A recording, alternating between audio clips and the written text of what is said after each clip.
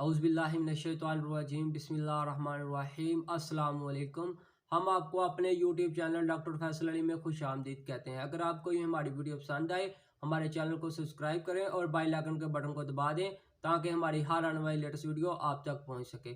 और आपसे गुजारिश है हमारी वीडियो को मुकम्मल देखा करें, लाइक शेयर और कमेंट्स भी किया करें। आज हम बात करेंगे बीसीफुल टैबलेट के बारे में। ये कौन सी कंपनी की है और इसकी प्राइस क्या है और ये किस काम के लिए यूज़ की जाती है और इसमें कौन सा फार्मूला ऐड किया जाता है और इसके बेनिफिट क्या है और इसके साइड इफ़ेक्ट क्या है और कौन से इंसान इसे यूज़ नहीं कर सकते।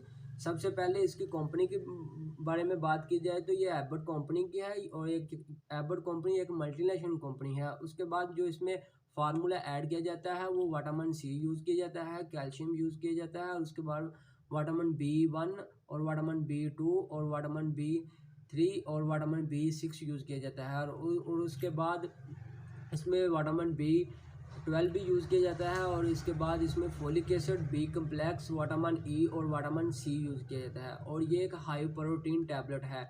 ये यूज़ की जाती है जिन इंसानों को दिमागी कमज़ोरी हो या जिस इंसानों को जिस्मानी कमज़ोरी हो या जिन इंसानों को हड्डियों में दर्द रहता हो या जिनको सुस्ती वगैरह रहती हो, ये वो इंसान यूज़ कर सकते हैं। और उसके बाद अगर किसी इंसानों के बाल वगैरह गिरते हैं तो वो भी इसे यूज़ कर सकते हैं। और उसके बाद ये आपकी जिल्द को भी तरोताज़ा रखती है। इसमें जो विटामिन ई है और जो विटामिन सी है ये हमारी जिल्द के लिए काफ़ी ज़्यादा मुफीद होता है।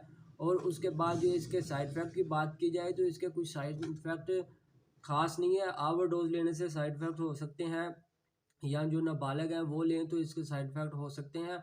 और उसके बाद जो दिल का मरीज़ है या किडनी का मरीज़ है या लीवर का मरीज़ है वो इस टैबलेट को हरगिज़ यूज़ ना करें। टैबलेट यूज़ करने से पहले अपने डॉक्टर से मशवरा करें।